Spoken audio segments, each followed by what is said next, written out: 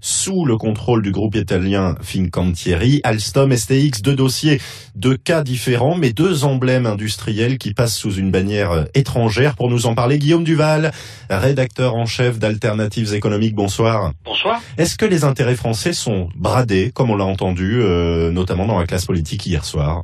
C'est vrai qu'il y a un cumul, donc il y avait déjà eu dans le passé Alcatel qui avait disparu des écrans, l'autre morceau d'Alstom qui avait été vendu à General Electric il y a quelques années, la STX d'un coup et le morceau, les TGV d'Alstom de l'autre, ça fait beaucoup, ça fait une accumulation effectivement de champions nationaux entre guillemets qui passent sous contrôle étranger.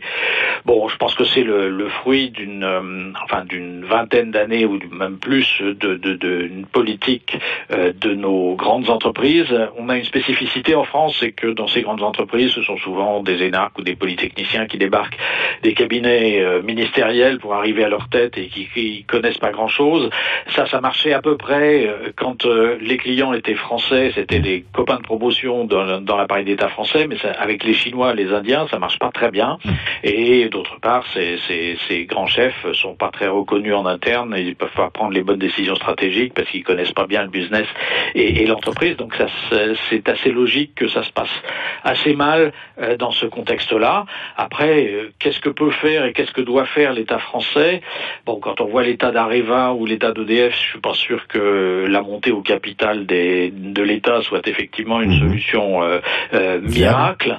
Je pense qu'effectivement, il vaut mieux essayer de faire naître d'autres champions nationaux dans des nouveaux secteurs, sur des nouvelles activités, plutôt que de s'accrocher dans ces entreprises qui sont déjà un peu en difficulté, quoi. On est dans des cas bien différents de celui d'Airbus, ici, avec STX et Alstom.